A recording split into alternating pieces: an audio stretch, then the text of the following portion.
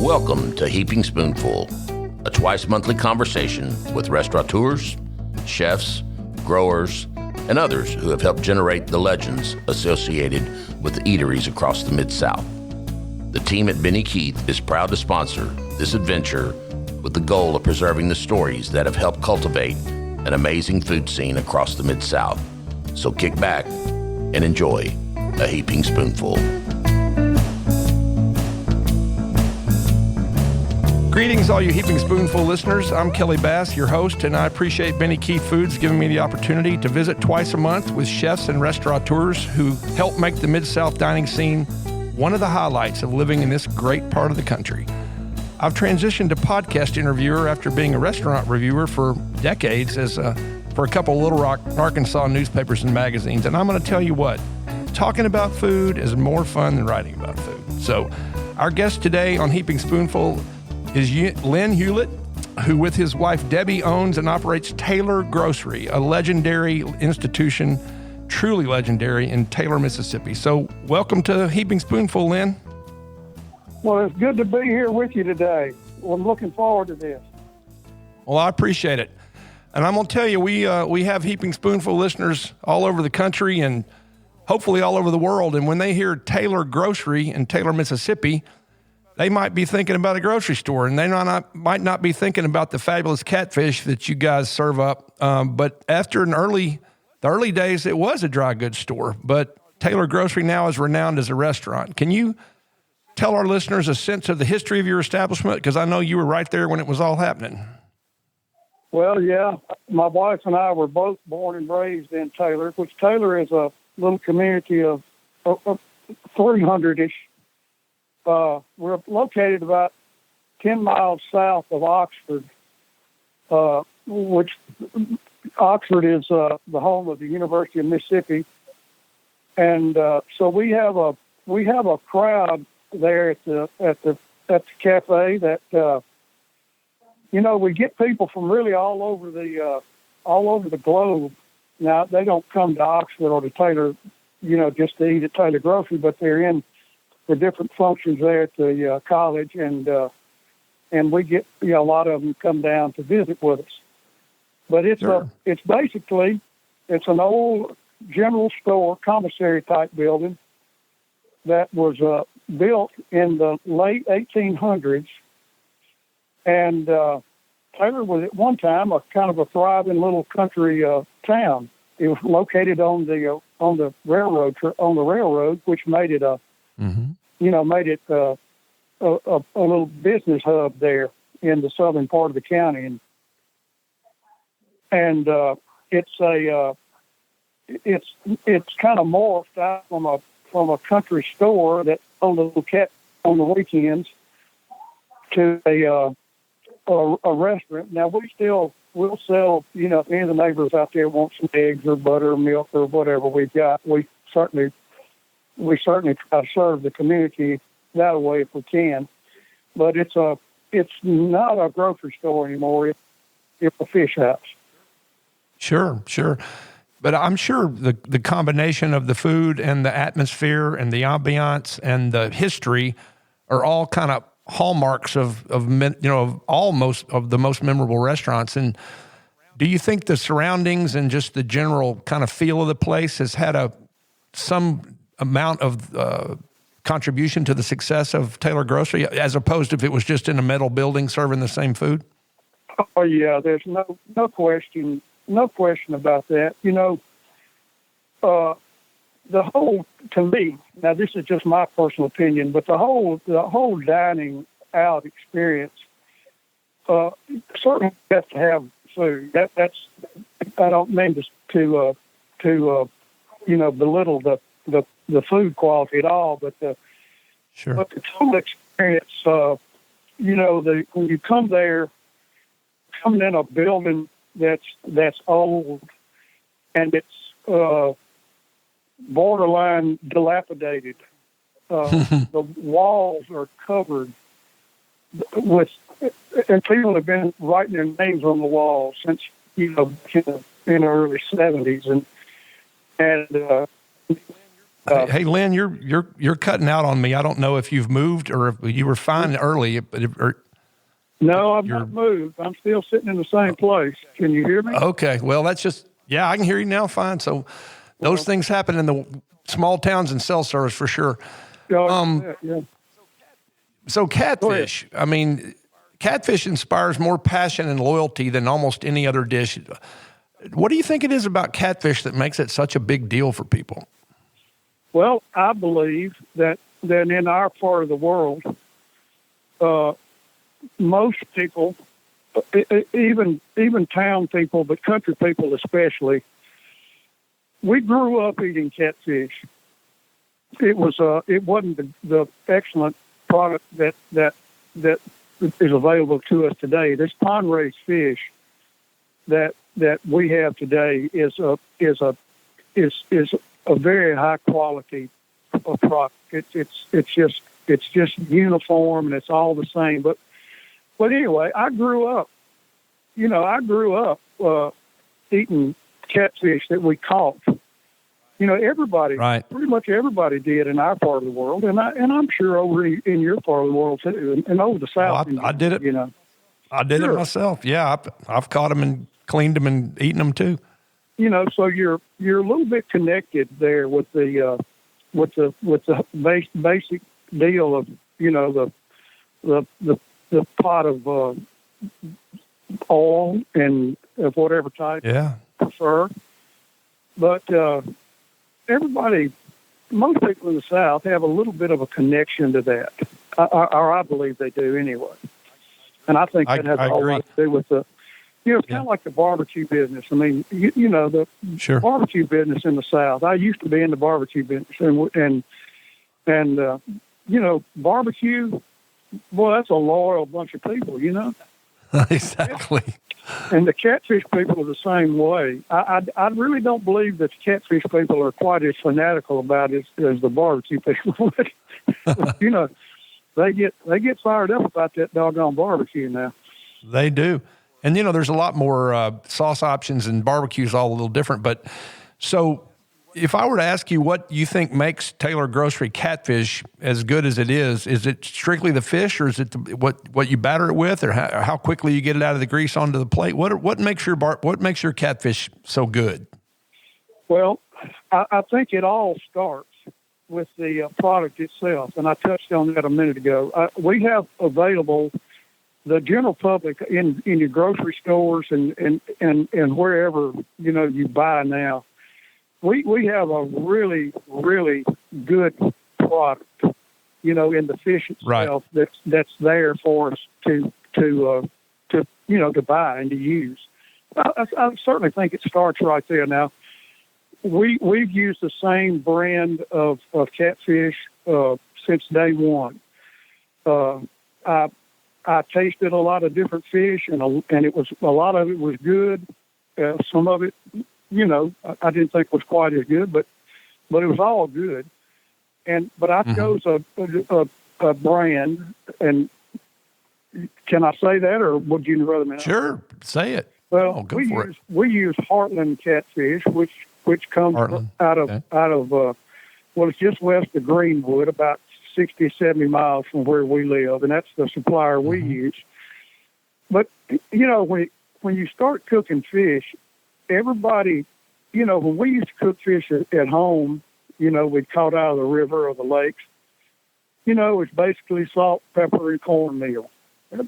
Some people touch a little touch of flour in it, this, that, and the other. But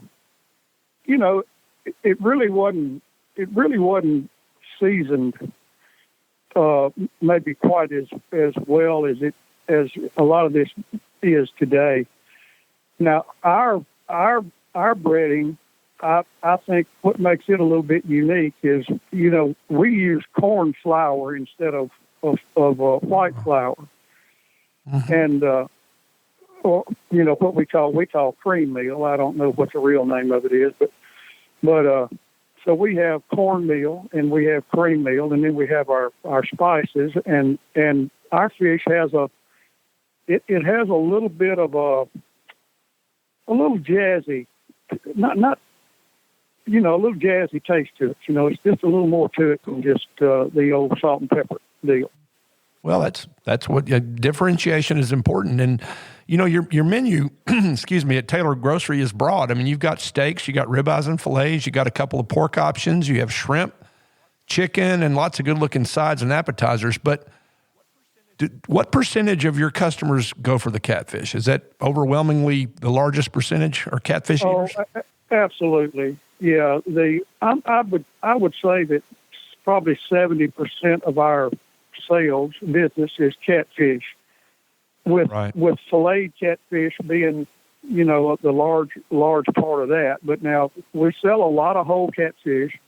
We cook a whole catfish, and the true catfish eaters, that's what they want. They want the whole fish, and to be quite honest with you, it's better to me, whole. Right.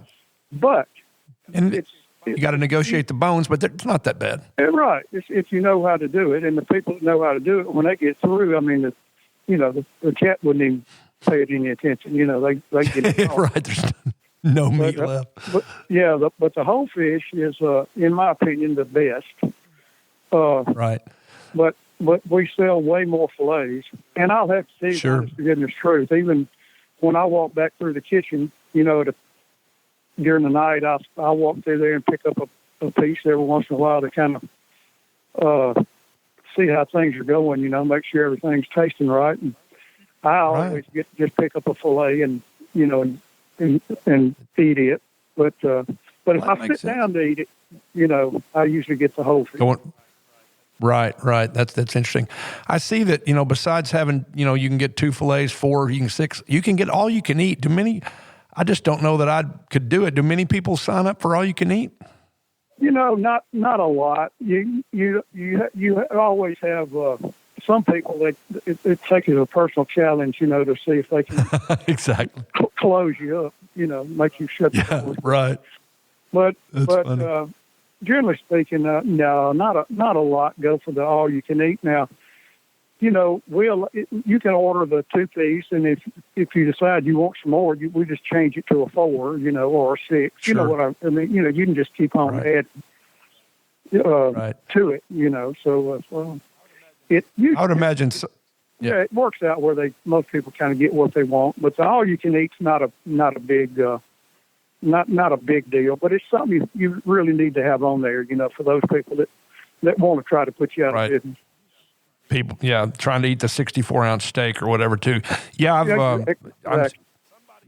Somebody at Taylor Grocery's got a story about somebody who ate an amazing amount of fish one time, because those things, you'll find that rare person who just eats more than you think. Well, of course, we've all, I can't remember the guy's name.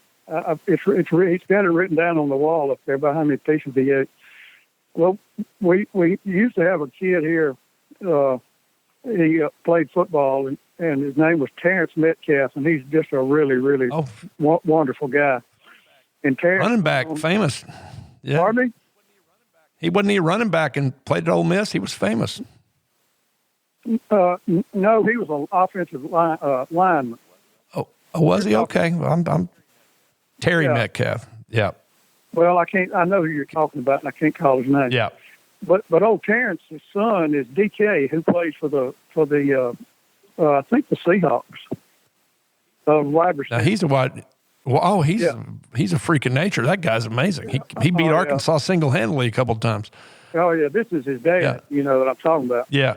And like I said, offensive lineman, played for the Bears and played in the NFL for a number of years. So you get the picture. He's a big guy. But he ate 12 whole fish one night, and he wasn't trying to prove anything. I mean, he just he don't get back here that often, and when he does, right, he always says, "I'll pay you extra. I'll pay you extra." He's not trying to eat you out of house and home, but that big rascal can hide some catfish, and I'm talking about when he cleans one of them, he cleans it too now. Like you said, the cat doesn't want anything to do with it. That's right. That's a great story. Exactly right.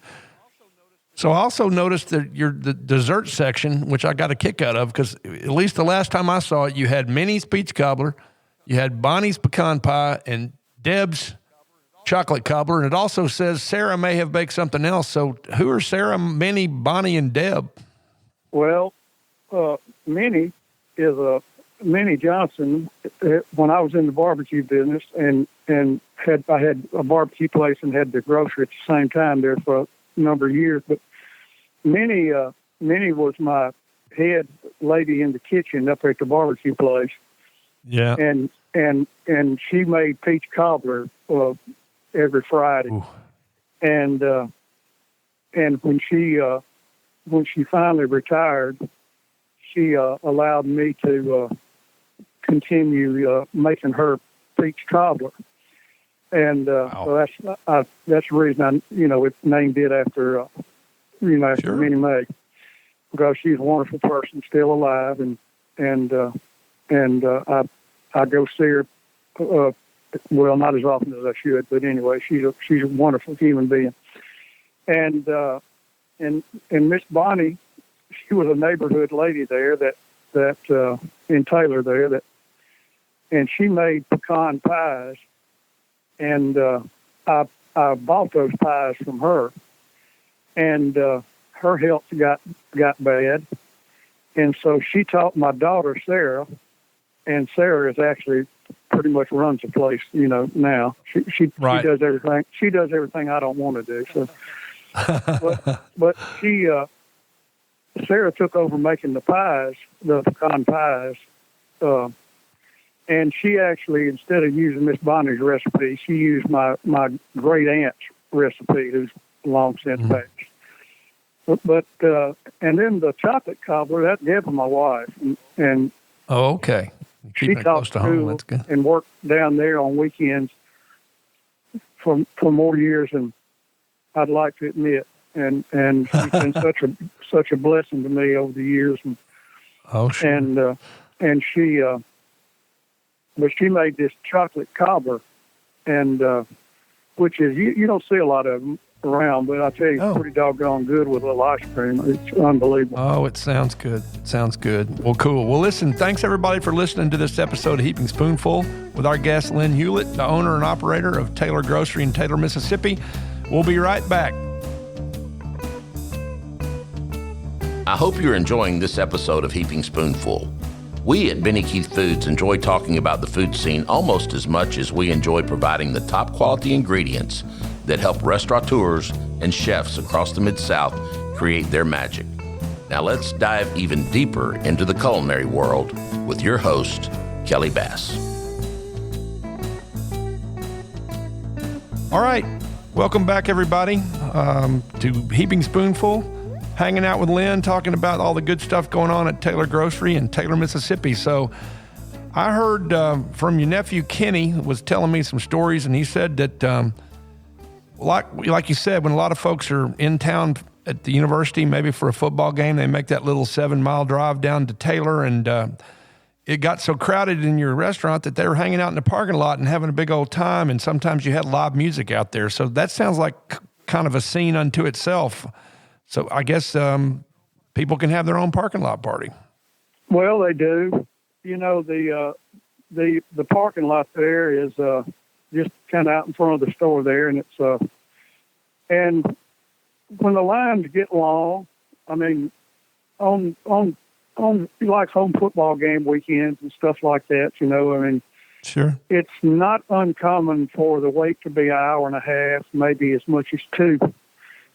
And Sure. and people, thank goodness, they bring their lawn chairs. Of course, they're coming to a ball game, so a lot of them are already equipped, for tailgating, and Yeah, they got And- their stuff. they'll just pop up a tent out there in the parking lot and drag up the chairs and sit around and visit and and hopefully have a good time while they're waiting. And Sure. we used to have music. We have live music. We're supposed to have somebody every night. Now, with the way things have been this last year, that's been COVID-19, sure. that's been a kind of a bummer for people in the music business. And while I'm talking about music Yeah. business, I want to take just a second to to everybody, all you people that are listening to this, I want you to remember these people, musicians and people like that are trying to get back in these restaurants and they're trying to make a living. So don't forget them when you leave. Drop them a few bucks in the bucket, and you know they've been struggling. I mean, man, it's been tough on people like that. It's been tough on the restaurant. I know. But it's certainly, don't forget these musicians and people that work in these restaurants all over the country. Please remember. Sure. Drop them a bucket. I agree 100%. Yeah. You know, some of the touring acts that can't tour, my wife and I've been watching their virtual shows and paying $10 or $20 to watch them, you know, on a stage with nobody in the audience, but trying to make a little money for sure. So I know that you are a BYOB, bring your own beer or bring your own booze restaurant. Is that because of local laws, or have you just decided to do it that way? Well, it's the liquor laws over here in our little corner of as Faulkner said, our little postage stamp of the country is they're a little difficult to deal with. And you know, if I jumped through all the hoops, I could probably get some semblance of a liquor license.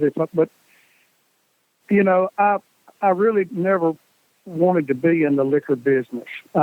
Sure. I prefer things just like they are. I understand I could probably make a few more bucks, but you know, I just really don't care anything about you know, getting too involved in selling it. It's I've always said that whiskey is way too good to sell anyway. So yeah. Well, I understand, and yeah, you're doing just fine with if it ain't broke, why fix it? So I was reading on your website the about Taylor Grocery, and it was your story, and you told the story a little bit about it, but so you grew up in Taylor, and you told a story in there about a guy cutting hair in the back of the store and your grandfather running the general store next door.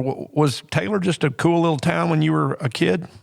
It really was. I mean, you know, it was just a great little community to grow up in. There were quite a few boys and girls, you know, about my age at that time, and it was if you were like me and like most of the boys that I grew up around, I mean, we were outdoor boys anyway, you know, and sure, and most people were living on some semblance of a farm, whether it was maybe a parent that was, you know, had a job in town and was farming part-time, or somebody that was, you know, some of them were full-time. You know what I mean? It was just a kind of a mix sure.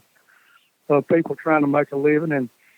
And you know, everybody kind of had the same amount of money. You know, there wasn't any rich guy, you know, and yeah. And we were poor, but we didn't really have sense enough to know we were poor. You know, we had everything in the world we wanted and needed. And it was a great place. And my wife, you know, even my wife's brother was one of my best friends, still is. But you know, we grew up, my wife and I grew up in the same little community and went to the same church, and we, you know, and the whole, of course, she was about 4 years younger than me. And when you're a kid, that's a huge difference, you know, 4 years, yeah. you know. She's just a little kid, right? Yeah. And, you know, we used to terrorize their playhouse and all that crap that I wish I hadn't done. And then, you know, I've been married to 45 years. And and I might add a wonderful 45 years. Sure. And well, yeah, you looked up and said, "Wow, she's grown up. She looks pretty good." There she is. Yeah, that's great. One day, and I said, "Lord have mercy, who is that?" Yeah, that little girl's grown up. Yeah, you bet. The world's full of stories like that. Yeah, for sure. So it sounds like history for this establishment took an important turn in 1977 when the Wilsons, who were owning Taylor Grocery at the time, started selling catfish out of the store. Were you around there then, or had you gone off to do other things at that point in time when the catfish started cooking? Did you ever eat any catfish Did you ever eat any catfish out of Taylor Grocery before you ever owned it? Oh, absolutely. Yeah. We went over there. I'm not going to say every week, but we were over there. Of course, I knew all the people, I mean, I knew, Sure. old Jerry started selling Jerry was a refugee from the Delta. He was a farmer down there, and I could go into a long detailed story of how he wound up here, but I'm not going to do that. But anyway, Jerry comes to up here to Lafayette County out of the Delta, and the catfish, pond-raised catfish business was kind of in its infancy back then. Mm-hmm. And Jerry had a neighbor down at Shula, Mississippi, that had built a couple of 2 or 3 catfish ponds, and he was kind of dabbling in that, in the early days of this pond-raised fish, And so when Jerry gets up here, he bought the little old grocery store where we are now, and things wasn't going well. The country stores, you know how that goes. They're about gone. Yeah. But so Jerry calls and talks to his buddy down there, and so Jerry goes down on Friday, and the old boy dresses him up a couple of coolers full of, fresh caught fish, and Jerry comes back up and starts peddling little fish on the weekends, try to supplement the income in the little store. Yeah. And that's the way that deal that got started. It was a country store / catfish joint. In other words, just 5 or 6 tables kind of sitting around, scattered around in the old store building. And slowly over the years, Jerry got out of it, and it went through a couple of different owners. Nobody really stuck with it. But the main ingredient was there was a lady named Mary Hudson who lived right across the road there from the fish house. And Mary had worked for everybody that ever run it. Mary she couldn't drive. All she had to do was walk across the road, and she was at work. Yeah, that's great. And Mary wound up owning it herself. I bought the business from Mary. Wow. And Mary was the one. Jerry started it, but old Mary Hudson, she's the one that that really Mary stayed there for like 15, 16 years. Yeah. And she was the face. You know what I mean? Sure, yeah. And because she'd been working there before, even before she bought it. Yeah. Oh, you bet. Yeah, she'd been there the whole time. And then her health failed her. And like I said, I was born and raised in the community, and I knew her and been knowing her my whole life. And I was in the barbecue business uptown, and in Oxford, and I had told her, Mary, if you ever decide to get rid of this thing, I'd appreciate a chance at getting it from you. And one day she called, and like I said, I was in there every week. I'd go by, just to visit. There's always somebody hanging around there I knew.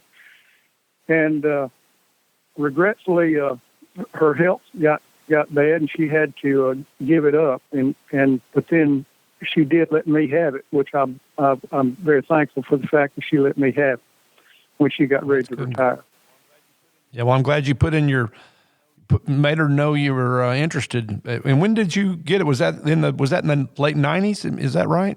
It was I'd have to look back. It was in the 90s, mid to late 90s, I think. Yeah. And so, how long did you continue to have your barbecue place? Did you operate both of them for a good long while, or not for long? I tell you, man, I didn't like that. I was for probably about 3 years. I had both of those things, and then up in Oxford up there, the dynamic changed. Out there in the little neighborhood we were in, they built a new super Walmart right behind me, and the traffic just got to be. Things just changed. Yeah, The whole little area there. It was kind of semi-rural almost. When we started there, and and then within Sure. within like 2 years, it just hectic and traffic and Yeah, well, sure. Well, yeah, you put a big Walmart in, people are going to come rolling. Plus, one thing I've learned from folks who have 2 restaurants versus one, and you can't be 2 places at once, and sometimes it's hard to know what's going on in the one that you're not in. You're dead on, man. I've always been kind of a, I've always kind of thought of myself as a front man. I mean, I want to be I feel like I need to be the person when you walk in the door that you see. And I do think that has something to do with the moderate success we've had out there and everywhere we've been. I've always made the policy to try to be there as much as I could. And it makes a difference. People want to see you. Well, and it makes it easier when you like what you're doing, and sure. I enjoy, and the Lord has blessed me so much, allowing me to make a living over these years doing something that I really enjoy. Right. I don't. And everybody knows you. Well, yeah, for good or bad, yeah. But that's true. I don't have to go over there tonight. My daughter, she runs it and does a wonderful job, and I don't have to go over there, but I'm going over there tonight. Okay, because I want to. Sure, you visit with people and make sure they're having a good time. So when you got it from Mary, did you have to do much to it, or was it in pretty good shape? Or did you have added some seats over the years, right?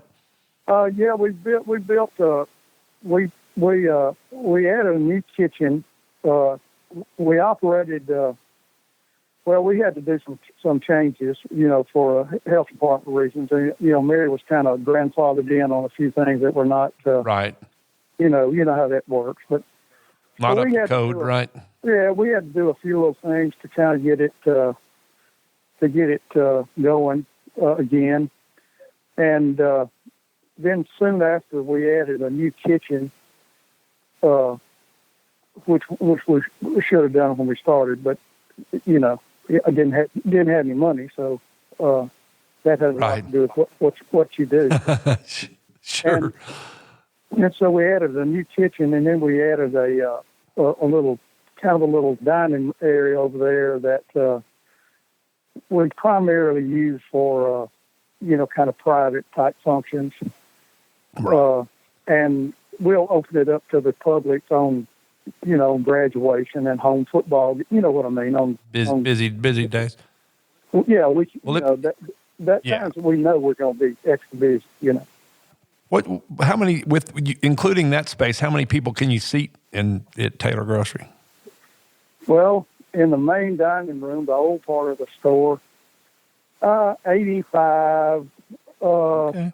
You can scrounge around, and I have put 100 in there for some kind of private event, but it's really wouldn't be, good for a regular night, and right. And then the other room over there is holds about 40, and then I have since built another room, and it holds about 40. But now those other 2 rooms are they're primarily not open, just for sure for private events. And we use one of them for a waiting room, like at this time of year when it's cold. People don't want to sit outside, right? Yeah, pre-COVID, we hadn't had a problem with weights since this COVID. No, I know. But we have a warm place for people to get in out of the weather. That's good. And when their table comes up, we just go over and get them, bring them on over. Sure. That's cool. Well, I'll tell you, when you're doing something like a podcast and you can do research on the internet, it helps a lot. And I was looking around and I saw that Taylor Grocery, and I don't know if it was during your time or before, has been featured in National Geographic, and there were scenes from a movie shot there. Do you know any details about either National Geographic or a movie? Oh, yeah. Yeah, I was now that both of those were when Mary was running it.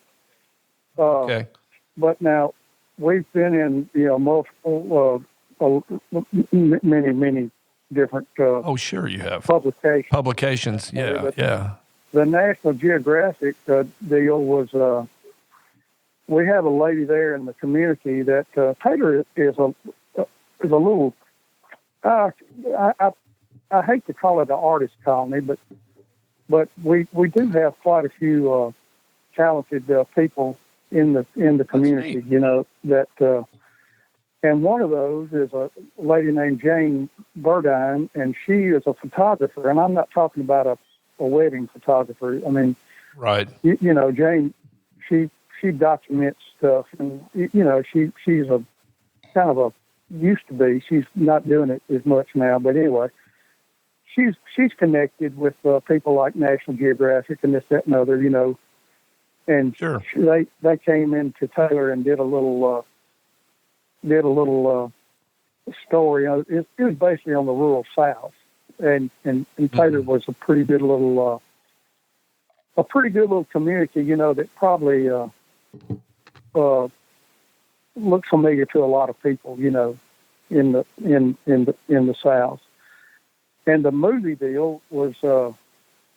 That movie was. I believe the name of that movie was "The Gun in Betty Lou's Handbag," and it wasn't a blockbuster.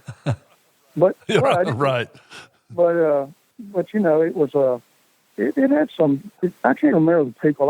I'm not a movie person, so I don't really keep up with these movie stars much. But the people that were the stars in it went on to become. You know, this was early in their careers, but sure. But, yeah. That's neat. But they shot quite a bit of that little movie there in the store and around the little Taylor community. That's cool. Well, listen, Lynn, I appreciate you being our guest today on Heaping Spoonful, and good luck maintaining the legend that is Taylor Grocery. I thank all of you out there for listening to Heaping Spoonful. Remember, we post new episodes the first and third Tuesday of each month, so please check out ones you've missed and keep an eye out for new ones. So goodbye, everybody. We hope you enjoyed this episode of Heaping Spoonful. On behalf of all of us at Benny Keith Foods, Mid-South Division, please know how much we love connecting you with the legends of the culinary scene and their unique stories. I look forward to the next time we can offer you another Heaping Spoonful.